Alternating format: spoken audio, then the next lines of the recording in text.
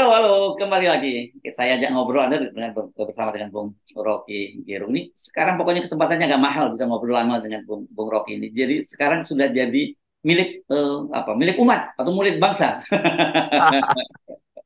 Oke, tetap jaga Jangan kesehatan pakai Bung milik Rocky. anak bangsa. Itu Ya, istilah yang norak tuh, anak bangsa, anak bangsa, anak bangsa ya, ya, semuanya ya. brengsek.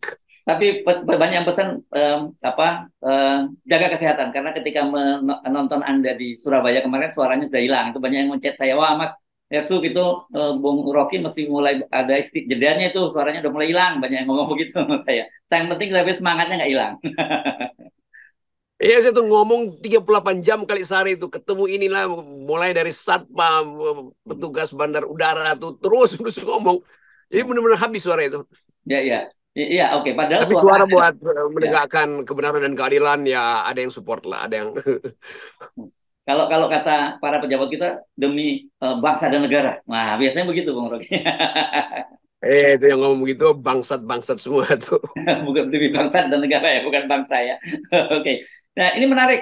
Sudah mulai ada langkah-langkah berkaitan dengan kecurangan. Ini tapi mungkin nanti orang akan bicara, iya kalau yang melanggar bukan timnya Jokowi karena bukan yang dukung Prabowo Gibran ya nggak ditindak. Tapi kalau yang melakukan itu adalah yang mendukung Ganjar, itu akan segera ditindak. Ini maksudnya kepala Kabinda Sorong yang dicopot dari jabatannya karena ada fakta integritas untuk mendukung Ganjar Pranowo dan Mahfud MD itu Bung Rocky. Dan saya kira sebenarnya bagi yang begini-begini ini artinya kemudian wajar kalau tim Prabowo Gibran juga bilang kalian maling teriak maling menuduh kami curang tapi kalian juga melakukan kecurangan. Apalagi kan gitu Bung Rocky. Bagus juga, jadi kabinda dia dicopot, bupatinya dan aparatnya mestinya juga dicopot. Dan Hmm. dalam saat yang sama, seluruh yang hadir di GBK itu, yang 40.000 orang itu Ah, dicopot juga tuh update itu ya, kan. betul Itu baru betul. fair itu. Jadi Hmm. orang akan lihat, oke, kalau begitu memang fair play-nya diajukan. Jangan sekedar bilang, kalian curang, kan itu jangan protes kami yang curang dong. Dua-duanya curang, mestinya dua-duanya diberhentikan dari Hmm. proses-proses kecurangan itu. Jadi sanksi itu mesti diberikan equal, imparsial. Dan Pak Jokowi mestinya ucapkan itu dong. Oke, saya senang bahwa Kabinda udah diberhentikan karena itu memang melanggar aturan, memanfaatkan aparatur negara. Oleh karena itu saya minta juga 40.000 aparat desa itu Copot.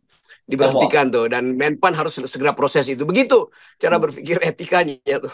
Ya, ya. Kalau itu saya kira Mendagri ya. Kalau desa itu yang punya Oh, kewenangan bukan Mendagri Menpan ya karena tuh ya. mereka Ya, bukan oke, kita ASN. usul Pak Tito tuh pecat semua itu. Ya, ya. Nah, itu yang saya kira sulit berharap itu bisa terjadi, Bung Rocky, karena memang itu kita tahu kan abdesi ini kan mainannya Pak Jokowi sejak 3 periode kan. Kalau Anda ingat bagaimana mereka sejak awal juga dikumpulkan bolak-balik itu, Bung Rocky. Jadi ini peralatan lama masih mau dipakai itu. Jadi Hmm. ngapain nih Jokowi sebagai player politik nggak punya ide itu?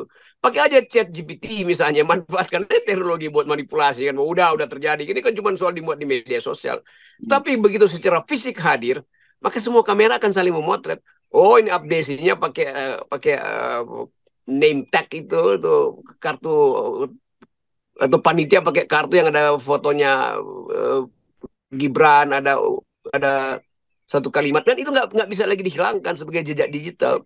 Jadi kelihatannya PDIP juga dulu pernah lakukan itu. Nah sekarang PDIP yang ngamuk-ngamuk tuh. Iya tapi waktu PDIP berkuasa juga dia lakukan. PDIP juga mesti datang ke publik bilang minta maaf kami juga dulu tergoda untuk menggunakan itu. Tapi kami sadar karena itu kami tidak mau ulangi sekarang. Kan itu aja. Ini Hmm. cuma soal pengakuan publik tuh. Hmm. Iya, iya, iya. Ya, tetapi satu hal mengkonfirmasi pada kita bahwa memang kalau kalau orang sebelum nyebutnya dulu kan jargonnya Lord Acton bahwa tend to corrupt gitu ya, bahwa kekuasaan. Kalau kita tend to curang, kalau di Indonesia kelihatannya. Iya, power tends to curang dan power-power yang diselenggarakan untuk kecurangan memang udah disiapkan dari awal tuh kan. Jadi Hmm. ini semua fasilitas yang akhirnya kita mesti duga dengan kuat bahwa proyek kecurangan itu memang direncanakan itu. Jadi nanti saling lapor siapa buktikan ya kasih aja akses nanti kita buktikan sama-sama kan. Jadi Hmm. jangan bereaksi cepat seolah-olah ini nggak mungkin ada. Iya, nggak mungkin ada, tetapi legal formalnya nggak terjadi, tetapi insinuasi, upaya untuk membujuk, persuasi, penyimpangan headline segala macam kan itu terjadi itu. Jadi nggak mungkin kita anggap bahwa politik pemilu ini dilakukan dengan cara-cara yang beradab. Enggak lah, kita udah pastikan itu. Bahkan dari 2019 kita tahu bagaimana kalkulasi-kalkulasi yang dibuat oleh tim masing-masing itu meleset. Kalkulasi yang dihitung oleh lembaga-lembaga internasional juga meleset. Jadi di dalamnya memang kecurangan ini semacam ya keterusan aja dari 2019 karena nggak ada peralatan lain kan. Kan kita dulu dorong supaya KPU hadirkan pemantau asing, tapi dianggap wah kenapa sih mesti dipantau? Nah sekarang juga saatnya mending undang pemantau asing, mereka yang lebih lebih profesional untuk mengintip kecurangan tuh. Nggak usah panik bahwa Indonesia akan dipantau habis-habisan oleh pemantau asing. Justru audit eksternal yang lebih penting daripada audit internal. Nah KPU mesti undang auditor eksternal yaitu lembaga-lembaga non-profit di luar negeri, di Uni Eropa punya, pemerintah Inggris punya, pemerintah Amerika punya. Tetapi itu mereka dibiayai oleh masyarakat sipil di negara masing-masing. Jadi mereka lebih pantas untuk memantau Indonesia daripada Bapilu tuh.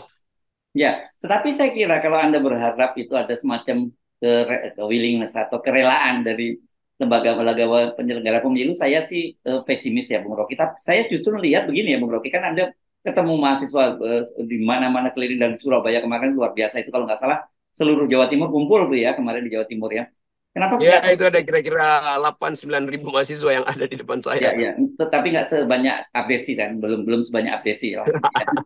Tapi kalau mereka ini kita Karena dorong ya, kita bangun kesadaran mereka untuk semua terjun gitu sebagai sukarelawan untuk mengawasi pemilu agar tidak berlangsung secara curang. Menurut saya ini akan jadi salah satu apa ikhtiar kita untuk mencegah terjadinya kecurangan, Bung Rocky. saya nangkap itu dalam pembicaraan saya dengan ratusan pertemuan itu. Di dalam diri mahasiswa ada ketidakpercayaan. Jadi Ya, kalau KPU bilang, kamu percaya iya, tapi mahasiswa itu punya insting, bahwa ini curang. Dia punya semacam legitimasi moral yang menganggap bahwa ya mending kita golput lah, kira-kira begitu permintaan mereka. Kenapa kita nggak ikuti Pak Rocky aja tuh, boykot pemilu misalnya tuh. Saya bilang, iya, saya mau boykot pemilu dengan cara saya sendiri, tapi kalau saya bujuk kalian, saya bisa kena delik itu. Tapi mereka menganggap kan ide ini ide moral. Jadi berhak dong kan mengucapkan. Oke, bilang silahkan. Kalau pertanggungjawaban moral kalian bahwa pemilu ini curang, ya silahkan golput tuh. Tetapi jangan golput itu karena dipaksa atau dibujuk oleh uang tuh. Kalian punya hak.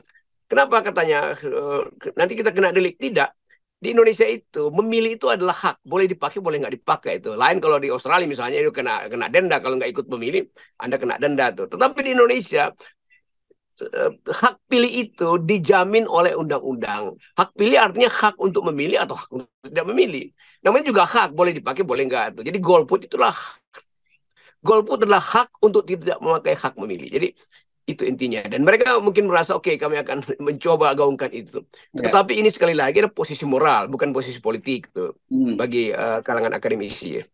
Ya, tapi saya kira kalau posisi politik yang tadi yang kita usulkan, bagaimana kemudian ada gerakan gitu ya, secara serentak dari para mahasiswa ini, anak-anak muda gitu, untuk menjadi volunteer dalam dalam setiap pemilu. Kan sebenarnya kecurangan tidak bisa, kita yang lain-lain kita tidak bisa cegah soal mobilisasi, soal aparat birokrasi atau aparat penegak hukum. Tapi kalau berkaitan dengan suara, itu kan bisa diminimalisir sebenarnya, Bung Rocky. Betul, jadi energi moral mahasiswa ini harus ditransformasikan menjadi kekuatan politik untuk menghalangi kecurangan. Nah, karena itu mahasiswa secara politis justru lebih kuat posisinya untuk mengawasi TPS-TPS ini kan. Karena bagi mereka tuh yang masa depan adalah hak mereka nanti sebagai generasi emas, maka mereka mesti pastikan yang terpilih 2024 harus mewakili harapan yang ada pada kalangan anak muda ini, termasuk mahasiswa atau terutama mahasiswa. Jadi betul juga kita dorong aja supaya KPU kasih satu fasilitas supaya ada pemilih, ada pemantau pemilu yang datang dari komunitas-komunitas akademis, dan mereka dikasih uang aja kan ada uang pemilu untuk transport segala macam. Tapi mesti dengan keyakinan kami percaya pada kalian karena kalian adalah pewaris etika publik di masa depan. Cuman itu dasarnya. Nggak usah dicurigai ini mahasiswa partai mana, mahasiswa aliansi dari mana, nggak ada tuh. Ada mahasiswa yang mungkin berafiliasi karena organisasi ekstra, tetapi secara umum itu 98% mahasiswa Indonesia itu punya otak yang nggak terkontaminasi oleh partai putih atau oleh capres-capres ini. Ya, ya. Nah, tapi kan selalu dalam setiap forum yang Anda datangi, tidak semuanya kan mendukung pada salah satu paslon kan. Mereka ini kendati katakan kemarin acara Anda bersama dengan pasangan Amin ya, Anies dan Caimin. Kan tidak semua yang mereka hadir di sana juga akan menjadi pendukungnya Anies dan Caimin kan? Nah, itu satu contoh tuh forum di Surabaya kemarin itu forum untuk menguji Anies dan Caimin tuh. Jadi Hmm. tidak bahkan orang masih bilang kalau begitu ada organ partai politik kami pulang ya. Jadi Hmm. mereka paham bahwa mereka datang untuk menguji. Karena itu bukan sekedar bertanya mereka pada Anies dan ini mereka menguji itu.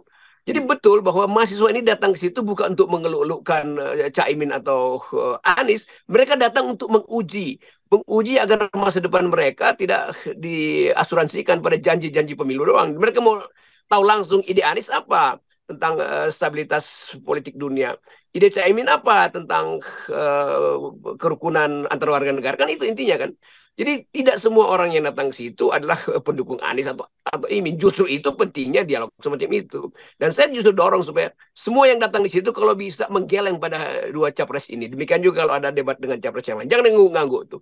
Jadi saya katakan pada teman-teman mahasiswa, datangi semua forum, lakukan uji critical point, lakukan proses untuk memilah mana ide yang masuk akal, mana ide yang sekedar clickbait untuk dapat clickbait aja kan. Nah itu yang saya kira ada tuh. Nah demikian juga kalau ada forum Ganjar, pasti di forum Ganjar itu ada yang anti Ganjar, ada yang pro Ganjar, ada yang anti Prabowo bahkan di situ, atau ada yang pro Prabowo tuh. Jadi kita mesti lihat bahwa mahasiswa hanya ada satu poin, mereka ingin menguji pikiran argumen daripada capres. Yes, ya. Dan saya kira ini tidak semua capres siap untuk semacam ini, Bung Rocky. Capres dan cawapres maksud saya. Kendati kata lembaga survei ada capres yang cawapres yang intelektualisnya paling tinggi di antara capres cawapres yang lain. Nah itu masalahnya itu. Dan kan ada capres wapres yang hanya menginginkan forum itu adalah didatangi oleh mahasiswa atau LSM yang pro mereka. Itu nggak mungkin. Kan di mana-mana itu orang datang, kalangan intelektual datang untuk menguji, bukan untuk memuji itu. Jadi Ya. biasain kalau jangan Anies bisa berpikir oh, ini forum ini karena di Surabaya gede-gedean mahasiswa makan pro dia enggak. Anies dari awal udah tahu bahwa dia juga akan dihajar. Caimin juga tahu bahwa dia akan dicaci maki itu dan itu biasa banget kan. Nah Hmm. itu harus berlaku juga pada Ganjar, pada Prabowo Gibran. Kalau Gibran dikuliti di situ ya udah biasa aja nggak usah baper kan. Karena Hmm. dianggap kok diundang untuk dikuliti memang begitu. Kalau Hmm. untuk dipuji ngapain ngundang orang kan kita mengundang calon presiden untuk uji wawasannya. Terutama adalah paradigmanya tuh. Kalau cuma program-program ya nanti bikin itu ya kita tahu lah itu semuanya omong kosong. Tetapi Ya. kita uji cara dia menghasilkan paradigma tuh. Ya. Cara dia membayangkan bahwa bangsa ini mau diikat dengan ideologi apa. Itu dasarnya tuh ujian Ya. etisnya dari situ. Saya menyemangati Gibran untuk hadir gitu dan saya menyarankan nanti Pak Prabowo kalau Gibran kelihatan nervous, Pak Prabowo tinggal bilang tenang nak Gibran, ada saya di sini gitu. Kan enak juga gimmick-gimmick begitu kan. Kan Prabowo banyak gimmicknya tuh. Jadi udah Prabowo datangin aja semua hal yang bagi dia itu diperlukan tuh dan harus siap-siap juga untuk dipermalukan bahkan di situ. Demikian juga atau apalagi Gibran tuh. Tapi inilah ujian seorang pemimpin. Kemarin saya kasih contoh bahwa pemimpin itu seperti Pragawati keluar dari catwalk, ditepukin tangan memang sebelum dia bikin kesalahan di ujung catwalk waktu dia bikin U-turn berputar. Nah di situ ujiannya. Bukan ketika keluar panggung, justru ketika berhadapan dengan masa kritis itu, dia akan diuji. Dia memimpin atau sekedar dicitrakan sebagai pemimpin. Yes, oke. Baik, terima kasih Bung Rocky dan bagi kita Oke, sudah 0% dan kita muat dengan yes. situasi saat ini ya. Oke.